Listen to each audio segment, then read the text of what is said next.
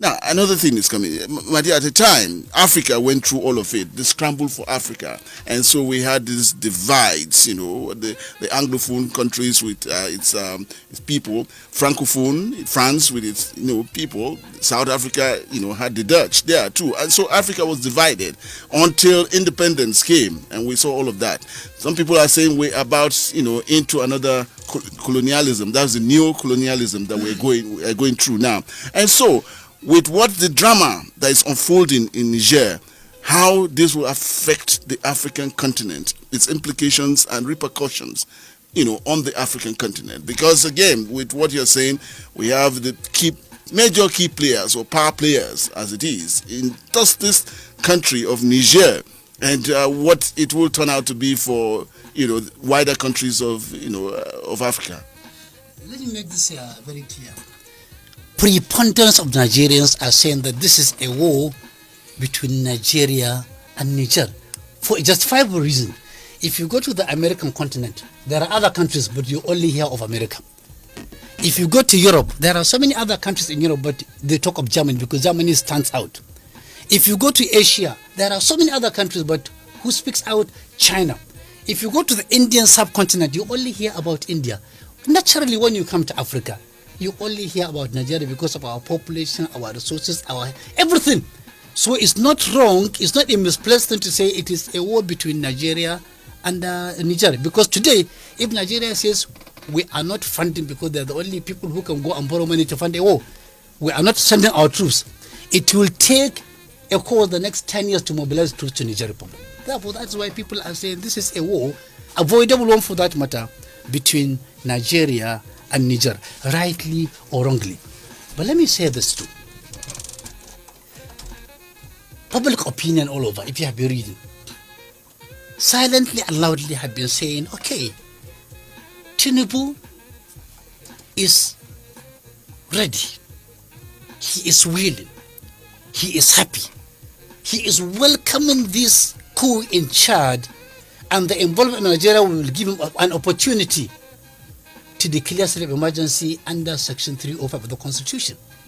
Because you can declare emergency when the country is visibly in danger, when the country is under threat, when there is an indication that the country will be under threat, when there are indications that the country will be under breakdown law and order, you can declare state of emergency.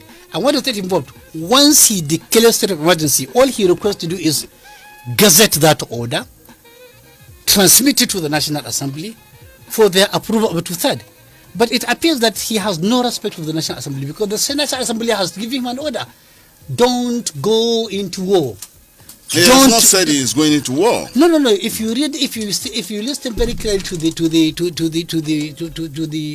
release yesterday by ECOWAS, clearly get your troops prepared, move them.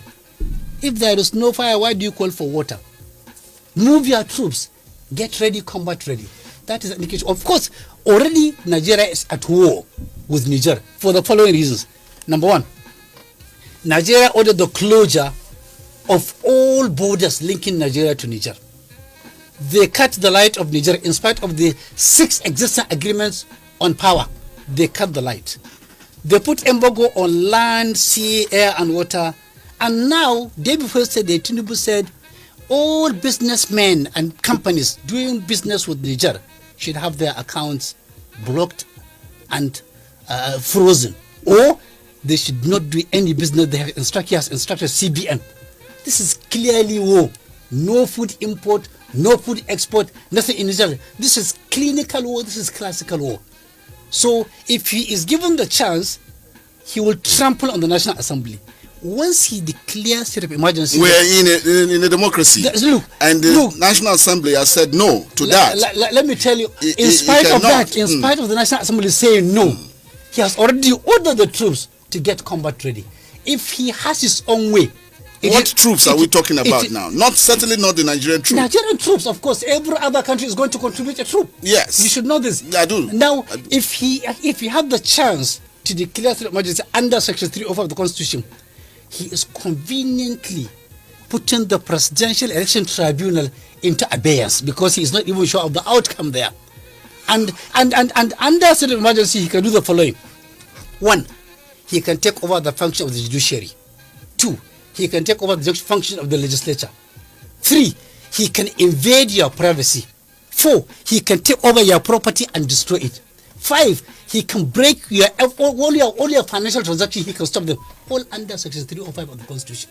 This is the danger of allowing Ebola Tunibu to have his own way. It will affect you, it will affect me, it will affect them, it will affect all and sundry, whoever you are, whatever tribe you are, whichever church you go to or mosque